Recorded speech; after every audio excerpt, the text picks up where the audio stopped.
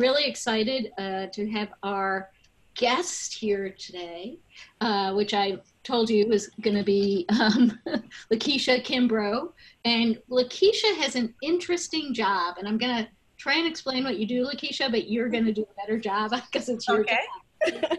LaKesha works for the university, Seattle University, right? Seattle. Seattle University in a middle school. And she is the middle school success coordinator, which I think a lot of places don't have. And Seattle University has a community engagement focus. Right. So LaKesha works with the community in the middle school. So LaKesha, I was hoping you could tell everybody a little bit about your job and about the work you do with middle schoolers. And then we can just have a conversation about who middle schoolers are and great ways to help them. How's that sound? Sounds good. All right. Good. Yeah. So hi, everybody. My name is LaKesha, like Linda said, and I am based at one of our area middle schools.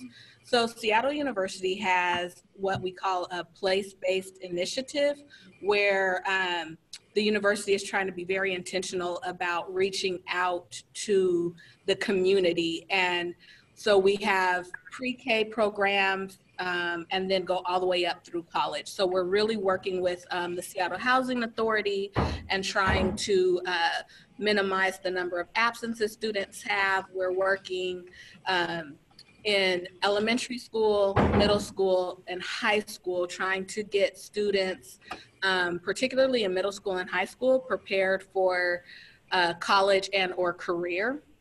And so my job at the middle school is overseeing our academic mentoring program. It's called RAMP, which stands for Red Hawk Academic Mentoring Program. We have two pieces. We have a daytime program where college students, so I have some student employees. I also have students who are in service learning classes and just students who are interested in volunteering along with some community volunteers.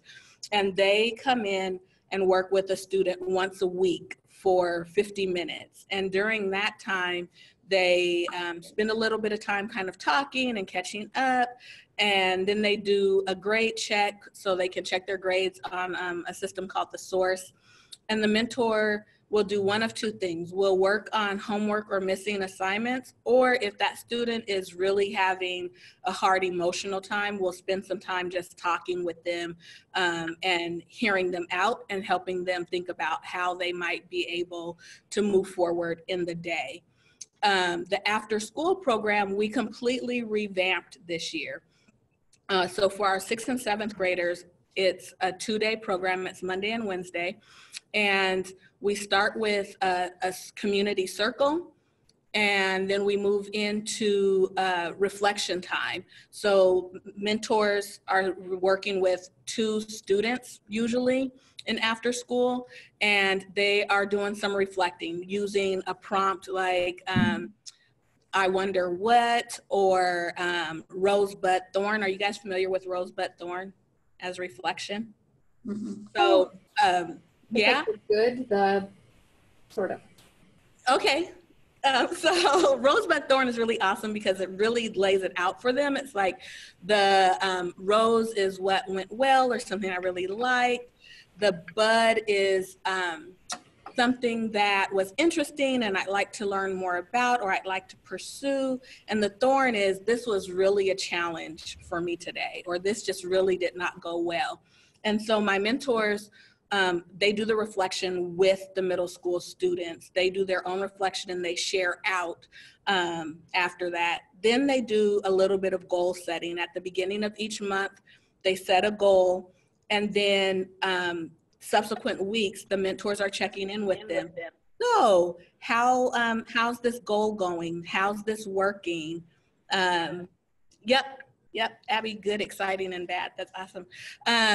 So they're working with them, asking them to identify a goal. I don't care what the goal is, you guys. It can be as small as I'm gonna wake up and not hit snooze on the alarm. It can be I'm gonna be late to only 4 classes instead of all 6 classes.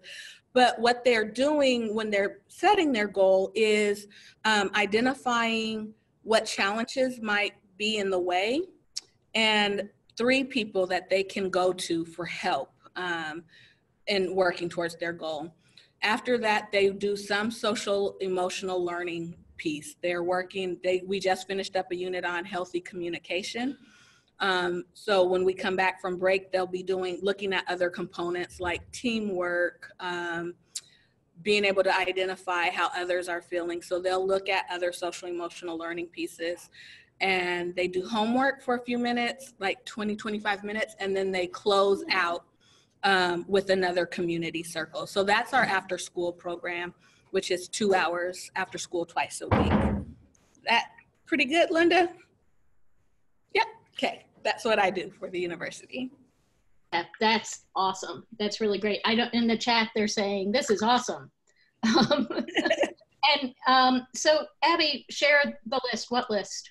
I'm not sure which list. Well, it's like there was steps that you mentioned. So first was the rose, thorn, bud. But then there was also the people that they reach out to. And so I just wanted to make sure that that was something we could reference, because that seems like an awesome framework. Oh, for the goal setting process? Yeah. Yeah, so for the goal setting, we have just a form, and it says like my goal or something that they can decorate for the month. So we have a sheet for them, and the mentor sits and talks with their mentee and just kind of says, so what's something you'd like to work on? And they remind them that it can be anything. It can be turn my homework in on time, or it can literally be anything, not bite my nails today. It can be a goal for the day, or it can be something they're working on for the whole month. We leave that up to them. After they identify their goal, the mentor will say, will give some positive encouragement and say something like, that is a really awesome goal, and ask them to think about why they picked that goal. Why is that something that you want to work on? And then they will ask them this, they'll ask the mentee, they'll ask the student to identify, what do you think might be 3 challenges to you meeting this goal? And they'll talk about those challenges with them. And then they'll ask them to identify 3 people that they can work with if they're feeling stuck on meeting that goal. And then after they set the goal, they do check-ins on how's that going? How's your effort with that? They are really praising the effort towards meeting the goal, and then reminding them sometimes goals take a little longer than we thought, so that they're not getting discouraged if it gets to the end of the month or the week and they haven't accomplished what they set out to do in that time frame. Yeah, did that answer your question? Yeah, perfect. Really? Yes.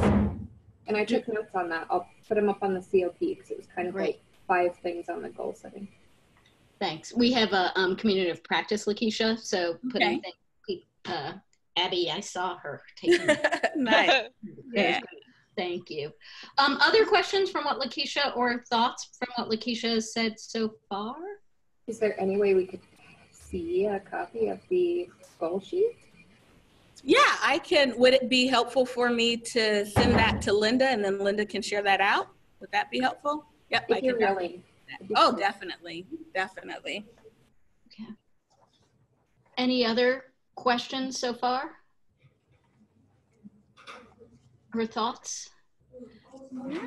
I have a question for everybody, including LaKesha. So I'm wondering, and this is, so we have people in public libraries and school libraries here. Mm-hmm. And so sometimes I think when I was working in a public library, I might have found it hard to have that conversation with teens, with schoolers, right? Like asking those questions within the public library setting. So I'm wondering if people are wondering about that, or thinking like, how do we integrate this into the work we do in our setting? Or is that just me? I was thinking that. Mm-hmm. What programs do you already have in place at your library for youth?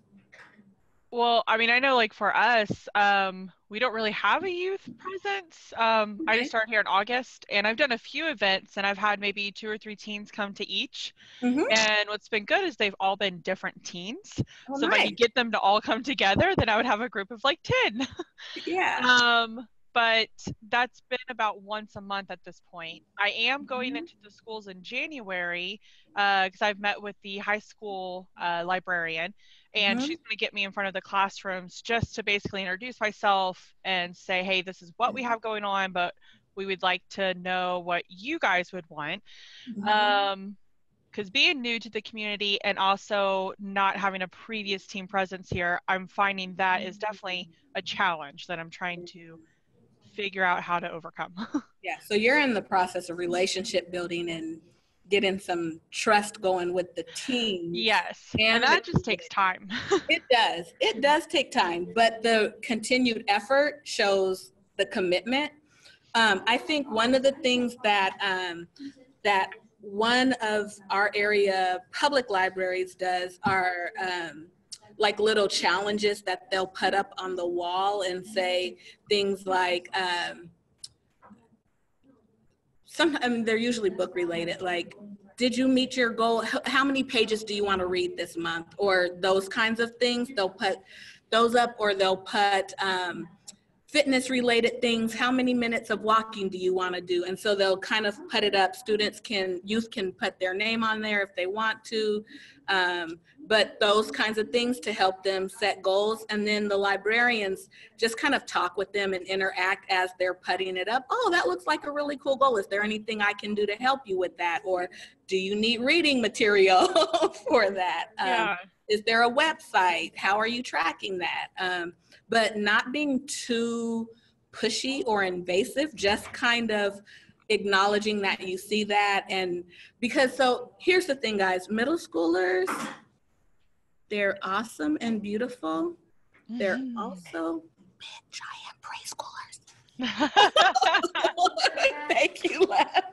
So they have awesome amazingness, but there's also this need and desire to be independent, to please let me be independent. If I fall, please let me fall, but be there from a distance saying, yay, are you okay? How are you feeling? But be close enough that if I need you to pick me up, and only pick me up if I ask you to pick me up, don't jump in to run to save me, then that's when. So they want lots of space, but they want you close by in case they decide they don't want that space. So you want to kind of enter in their realm a little closely, or like tentatively, like, so, hey, I saw that you were looking at this book. Hey, that's a really great community goal. How can we, and you can do community challenges and bring your youth in. Does anybody have a youth advisory board or a youth or a teen board that? I literally was just typing in, have an advocate here, ... And then I was just going to say, anytime you're hanging out with teens and just letting them bounce the ideas off, like I'm obsessed with my tab. I'm obsessed. Yeah. But wait, so LaKesha, you were just saying, you just said something about anytime. Why did you say that about teen advisory board? I had a thought in my head and now it's gone. I can't remember. No, I'm sorry. No, Abby, it's not your fault. That's how my brain works, not your fault. Yeah. And actually, and going to that, so you also, and people are talking about community circles. So you mentioned at the beginning you do a community circle, and I think that's something that all libraries can do. Can you explain that a little bit more, what a community circle is? Yeah, so community circles are a great way, for one, have been done for many years, long before any of us present on this call were here, and they're great ways to build relationship, build community. They can be used for restorative pieces. They can be used to help get that student voice, and they're a great component to help aid social emotional learning. And so circle process, there's usually a keeper of the circle. So that person will kind of just bring everyone together. They'll start circle by reminding everyone that that space and that time is really sacred, and that what's said in circle stays in circle. It never leaves circle. And you'll start, the keeper of the circle will usually have a poem or a quote or something to start off the time together. And then there's a check-in. So everybody shares their check-in. And if they want to, no one has to speak if they choose not to speak. And then there's, depending on time and how many participants you have, you'll have 1, 2, or 3 questions as prompts. And folks will share out about those. One of the great things about circle is there's a talking piece. So it's a stick, it's a magnet, it's a stone, but only the holder of the talking piece is able to speak at that particular time. Yeah. And circle ends with usually an affirmation or another quote or a poem, and just the thanks that people showed up and were willing to share and be vulnerable with one another. Circle does not work if it's not really reinforced that it is a sacred space and a time for us to share and come together as community.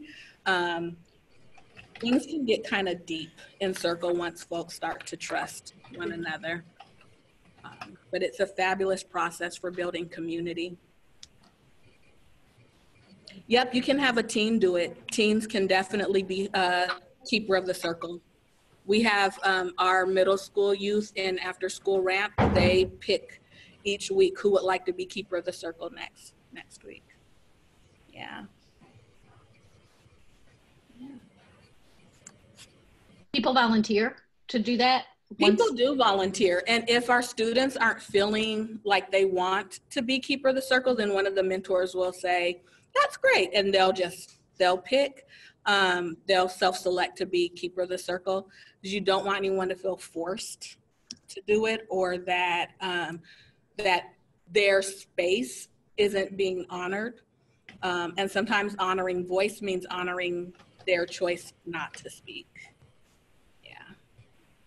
It's really important to remember. People have other questions about what we've talked about so far? I do. Go.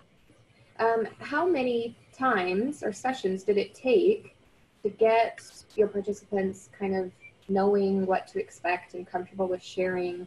Was there a learning curve with getting everyone involved if you wanted to be? Oh, yeah. Some folks are naturally just come into space naturally, like, oh, okay, there's an adult there, it must be okay. And not most middle schoolers, though. So there's always this reserve of, wait, how much do I give? How much is going to be honored? So it takes, it took us, even though our students knew each other, it still took a good month and a half of circle before they realized, oh, they're really not, the mentors aren't bringing this back up and making any judgments or assessments about us based on what we shared there, and they're not hearing it from students in the hall, because we are really enforcing that what you hear in circle stays in circle. And it's once they realize that, they start to open up a little bit more. Yeah. Anything else about circle? I can't hear you, Linda. I keep muting myself and then forgetting. And I can hit like the space bar, but then I forget that too. Oh. You think I'd use Zoom enough that I would know. Who else? Other questions? I can always ask questions. You know that. Anybody else? So could you talk a little bit more just about middle schoolers? So, when we all met, so the only time we've all met face-to-face in real life was in Salt Lake City in Oh, nice. last month. Was that last month? That was last month. And so, thank you, Abby. And so we talked some, we had different speakers, and we had someone we didn't have someone talk specifically about middle schoolers. We talked about social emotional development, but not middle schoolers. So things like you said about they're giant preschoolers. I love those. They're beautiful though. They are beautiful. I love middle schoolers, but are there other like key things you think would be really important for us all to keep in mind and remember when we're working with middle schoolers about either our own behaviors, their behaviors, how those interact, all of that? I think one of the things that people often forget forget because of whatever reason is what their own middle school experience was like. And being able to be in touch with what your middle school experience was like goes a long way in connecting with middle schoolers. Even if you don't explicitly say, you know, I remember being your age, but it comes out in how you interact with the students and how you speak with them. I think it's also important to remember that during this time, one of the biggest things is they are really picking apart everything, your tone of voice, your posture, and everything is about them. Like why are you picking on me? The world is against me. It's against me right now, not you. It's all about me. And again, that goes back to if you look at brain scans of preschoolers and middle schoolers, they're very similar because they are going through the same things. They are trying to assert independence. They're trying to test and see, okay, I'm a little bit older now. Have those boundaries moved? How much more freedom do I have? They are wanting trusted adults to be at an arm or two lengths away, but close enough to be pulled in when needed. So a lot of similarities between preschool development and middle school development. We often sometimes forget that middle schoolers think they have it all figured out, but they don't. They really don't. And more often than not, they are really looking for answers and support. They're not looking for us to give it to them directly. They're looking for us to, so you have to be kind of like do, you know, and sneak in and give them that support and that encouragement that they need. And also, one of the things they're looking for is how much do you care about me? Are you going to hold me accountable? I hate that you're holding me accountable, but are you holding me accountable? Are you saying, ooh, you know, I really love that you're here at the library and I love that you're really engaged in this conversation, but right now we're in this public area of the library and your voices are traveling. Do you mind if we can? So they're going to fuss about that. But if you're consistent in that, you build relationship, you're holding them accountable, and then they know, oh, wait, that boundary doesn't move. That person's safe. I can trust them. And they're looking for that. They're not going to tell you that at all. But you'll be the person that they keep coming to when they need something because they know they can trust you.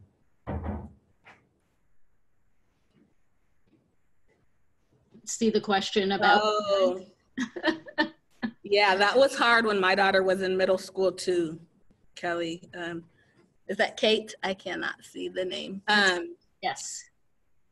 So when my daughter, let's see, because I feel that right. Yeah. Yeah. Yes, we are trying to give them tactile independence. And as a parent, it can be challenging parenting a middle schooler and then working with a middle schooler because as the parent, you go into real parent mode and you're really protective and you want to make sure that they're not messing things up, or they're not, they're turning their homework in. It's a really great time to really start teaching them how to navigate the world. So, and let them, this is hard as a parent, Kate, and I remember this being hard. It was hard for me to let her make her mistake and be there in a nurturing, non-judgmental way and say, wow, this happened to me, or just last week, I made this huge mistake and I should have done X, Y, or Z. Leave space for them to talk to you about it, but don't push it. Say, ask them, would you like to talk about that? How did that feel? What might you have done differently? But leave space for them to groan at you and walk away. Don't close the door, though. Yeah. Was that a little bit helpful or not helpful at all? Yes, thank you. Yeah, I do some of that, like with my own kids, actually, like that, talking about experiencing the natural consequences of your choices, and like, okay, so you made that decision, so now you're going to have to deal with it. How do you think you can deal with it? Right.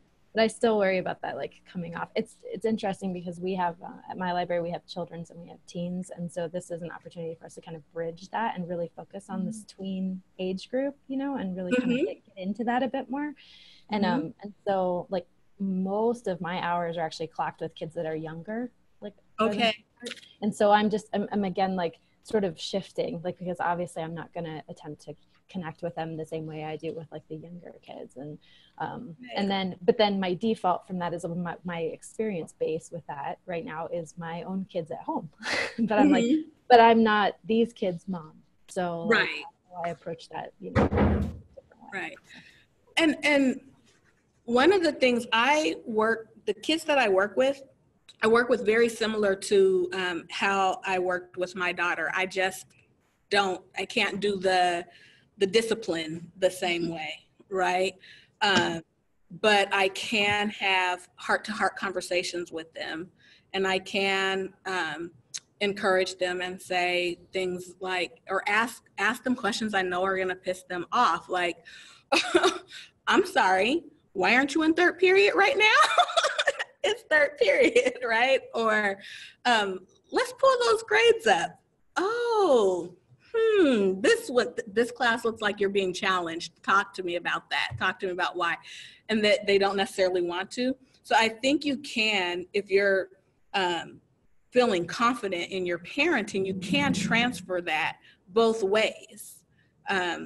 Also, when you said that you're working with various ages, I'm wondering if you have programs or have set up any like buddy reading or any systems where older kids are working with younger kids, because that is awesome for middle schoolers and high schoolers. Middle schoolers working with younger kids is so powerful.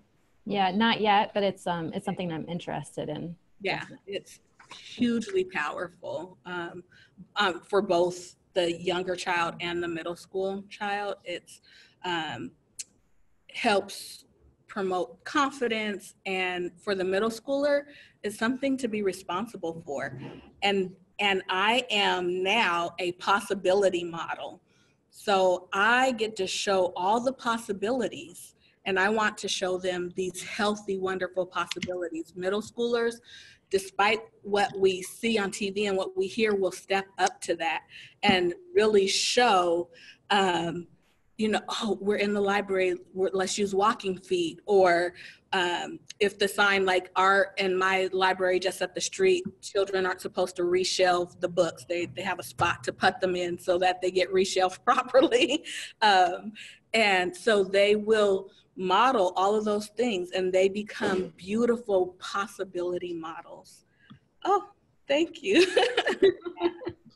I love that. That's awesome. So actually, and you're so many things going through my head, but one of the things that I think sometimes also is a struggle, well, two things. I'm going to tell you both things, which are separate questions, but one is helping other staff understand. So in a public library and a school library, I think sometimes like helping other people understand the beauty of middle school and why we want to create possibility models.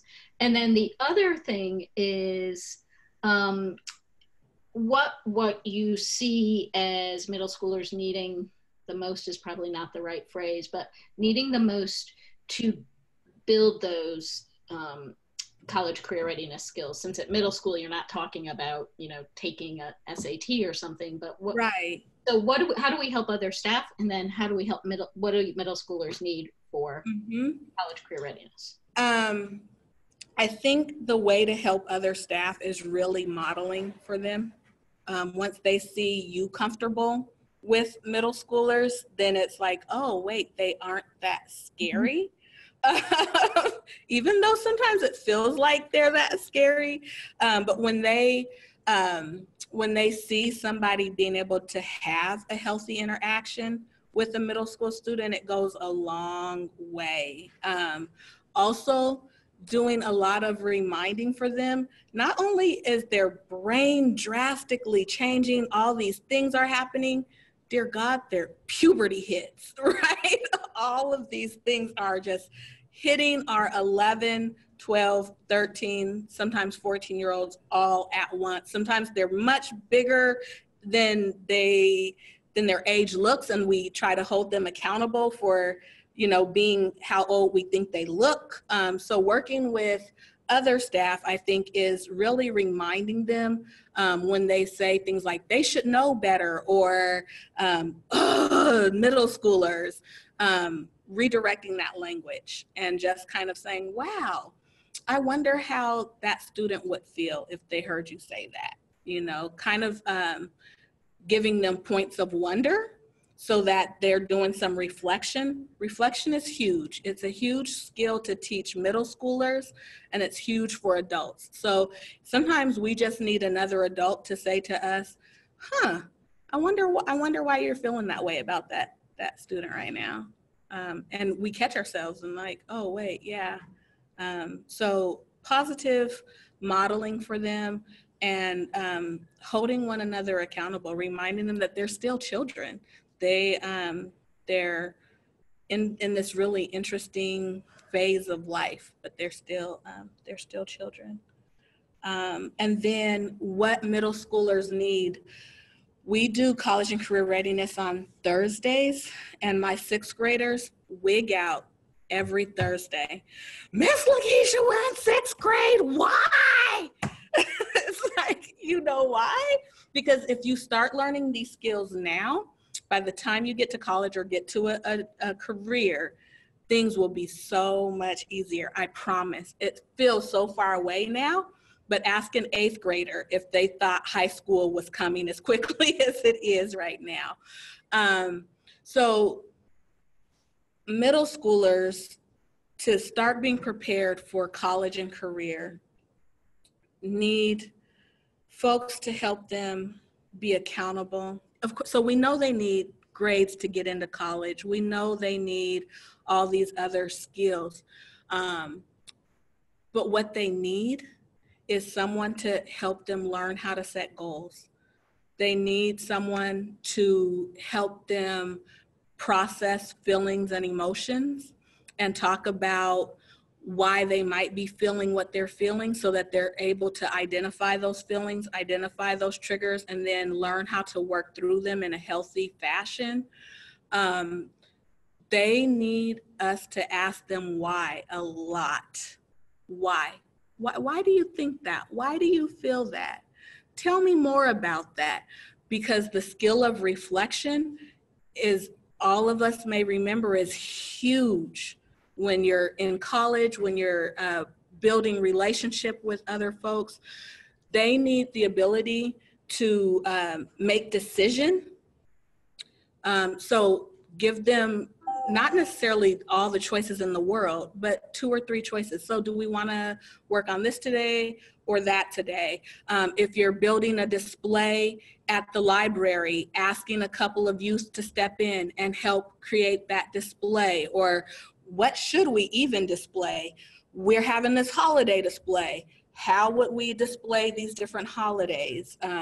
What books do you guys think should go out? So giving them some giving them choice and voice. They need those things so that they are getting a solid foundation young on what it means to work with others in healthy and authentic fashions. They need to learn the skill of how to receive feedback, but also how to give feedback without being mean. And, and that's hard. It's hard for adults, I know, to give feedback without being just like viciously critical. So those are some of the things they need. Those things, once they start really feeling comfortable in those things, their confidence starts to increase. Their confidence increases, their skills go up, their grades start to go up. They start interacting with each other in healthier ways. And so you start to see behaviors decrease. So they need options. They need to hear college is something that we plan for, career is something we plan for, but they need all the those what we call little or soft skills to start being nurtured, and really giving them space to start thinking about that, what that means and what that looks like for them in their life. You see Abby's question with Tyler's follow-up. It's easier, I can just ask. So how do you go about helping them to process their emotions?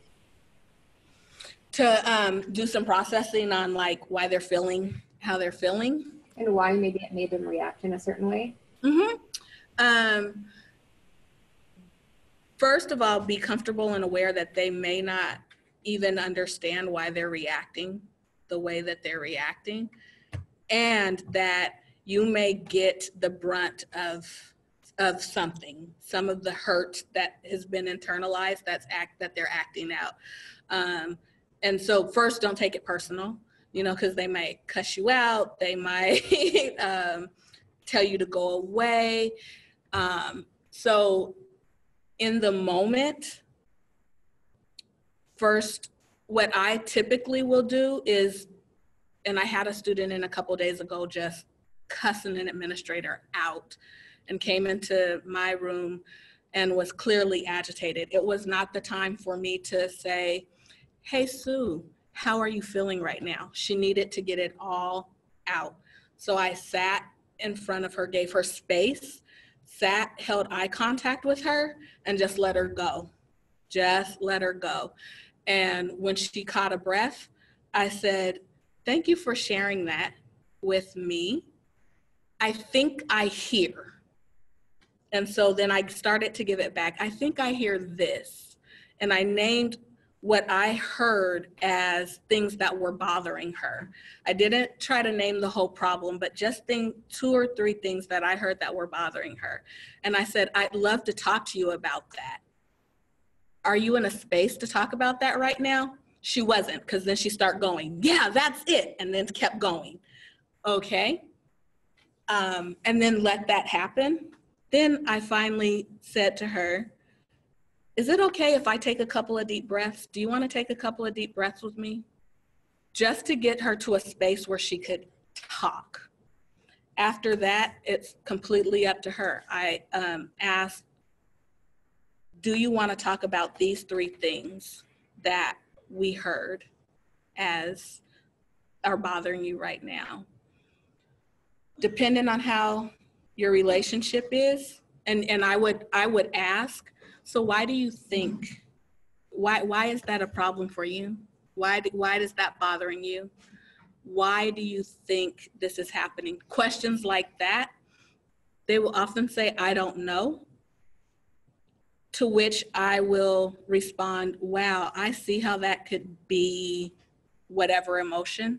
And then say, I think if this happened, I would feel this way. So I use myself as a reflector piece, or I'll pick a safe, something safe that I'm willing to share that's not divulging a lot of information about me, because we want boundaries, right?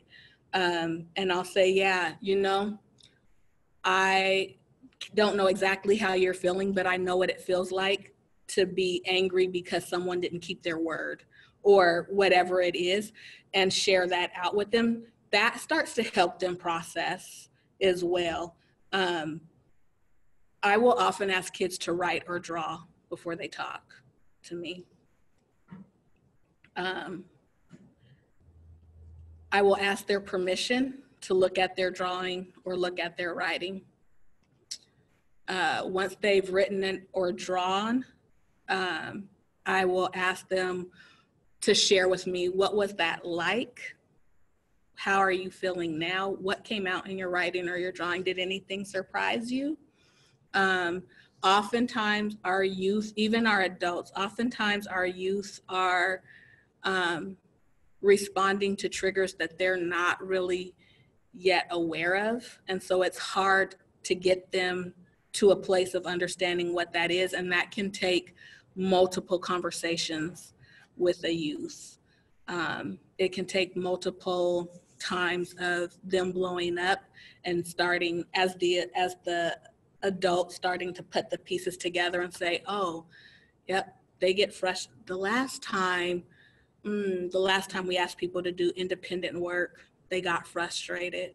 I wonder what that might be it. Or, you know, the last time we had large groups and we asked them to work in large groups, that seemed to trigger. And so then we can start to name it and say things to them like, oh, I feel like it was uncomfortable for you to be in a large group. Is that uncomfortable for you? So then they start to see what's happening as well. So it's just like with preschoolers, we often say, use your words. They don't have the words. We have to teach them the words. And the same thing is true for middle schoolers, that sometimes they can't name what the trigger is. And so it's on us to start to really notice and watch and pay attention and give them the words for that. Not sure how helpful that was.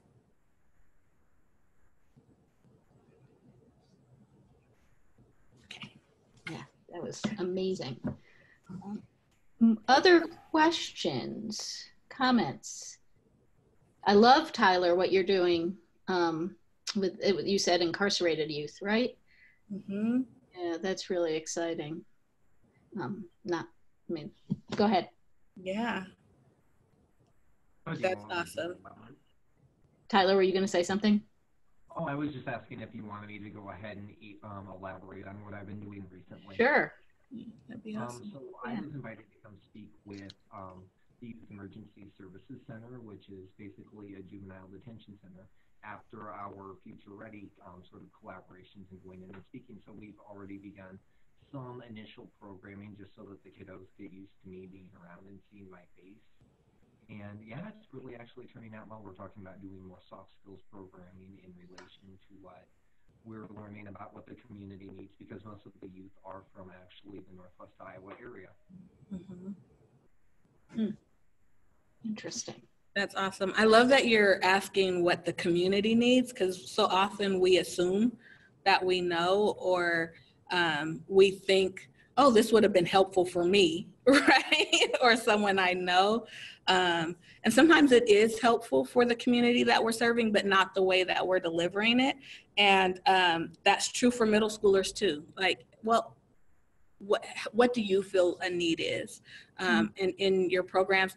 How many of you guys have like anything when the youth first come in, you're like, wow, yay, I'm so glad to see you. Is there anything you need to shake off or talk about before you get going? Anything like that? And also what I didn't mention in circle process is a lot of times there'll be some deep breathing exercises to help people just kind of whoosh away some things.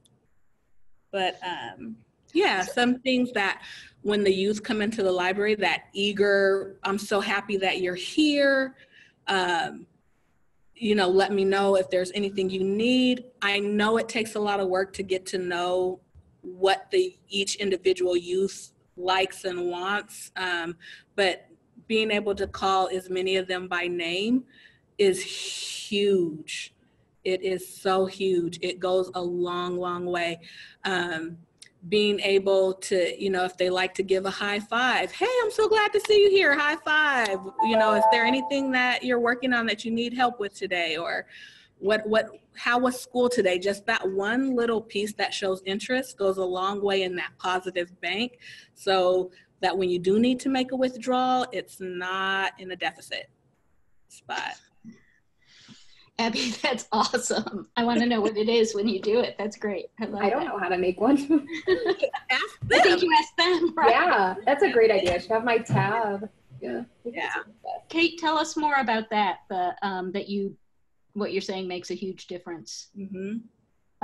Well, just when I found that starting off my after school program, no matter what other activity we might be doing or what other topic we might be getting into, because we do a lot of different eclectic things. We do art projects, we do engineering challenges, we do all kinds of stuff. But before we get into whatever the activity of the day is, we start with a circle. We start with a circle and a snack. And I found these little jars of questions. I can't remember who makes them now, but like one is called the what if jar, and some other ones like that. And so we pass the what if jar, and anyone who wants to can draw a card, and then they have the option of reading what's on the card themselves, or I'll read it if they don't want to read it. And then whatever the question is, we talk about it. And it's like it's a lot of social and emotional kind of stuff, because it'll be like questions like you used to be friends with your next door neighbor and now they're not playing with you as much anymore and you miss them. What could you do? You know, so they're like really these sort of open-ended, like, how could you handle that? Or, you know, you saved $10 because you're going to buy your sister a birthday present, but then there's this like video game you really want to buy.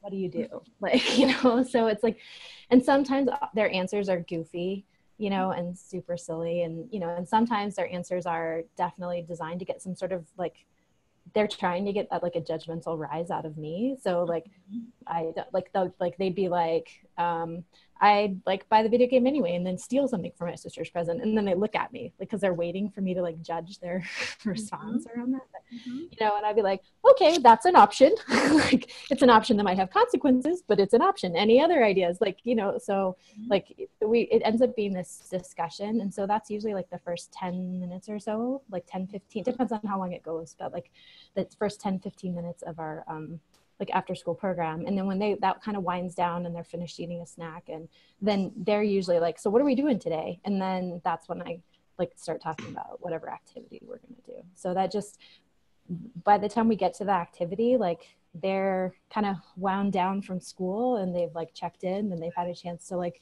kind of process whatever happened between getting out of school and coming to the library. And so then they're ready to like do the thing, whatever the engineering challenge or the art project or whatever it is. So yeah, it's important for them to have space to shake off whatever the day brought for them, and know that they're in a new space, that yep, it's safe, this is what we do in this space, and just having the ability to shake that off, because they've been on for how many hours, right? We all know what it feels like to be on, and so giving them that space to kind of switch gears and be 100% ready to go while they're practicing some social emotional competencies is amazing. Yep. Kate, I'm curious, do you ever get nervous? You don't have to say, I want you to feel safe, but do you ever feel like there's conversation that you feel like, I'm not so sure, or any, you know, tips or tricks for that? Because sometimes that's also, or LaKesha, any tips or tricks for handling what might be uncomfortable to us? Oh, like you mean if something they share in that space? Yeah. I don't know if I have any like words of wisdom. I mean, because it has happened, you know, like they've said something, and at one point one child said something that kind of like made my mom hackles go a little. So like I just followed up with that child like one-on-one later and was just like, hey, how you doing? Like, and then that kind of calmed that down for me, because like once I had a conversation with them, like they were being influenced by like a movie or something. There was something else, like, so I was able to like sort of assuage that, like, ooh, something feels weird there.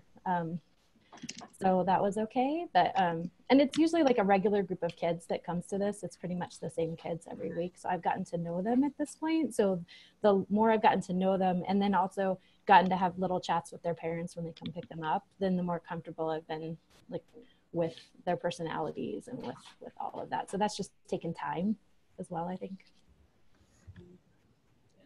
I think being upfront with students at the very beginning. So whenever I'm working in groups with students, whether it's a workshop or actually at the school and it's a new group of students, I'm 100% upfront with them and say, you know, whatever we share is here and we hold it. We're a container for each other. If I feel like your safety is in any way threatened, or that you might be in a space to threaten that for someone else, I have to bring someone in. I have to share that with someone because I need you to be safe. I need to know, I won't sleep tonight if I don't know that you're okay. And just the act of being upfront and honest shows them that I respect them enough to not try to pull the wool over their eyes, or and so that also gives them the ability to select how much they want to share and when they want to share it, because and so if something does come up, then I do exactly what Kate does. I won't bring it up in front of the group. I'll talk to them aside. That embarrassment factor that, you know, our Western culture is great for shame, and nothing good comes of shaming. So I will talk with them and just kind of let them know something just felt concerning for me.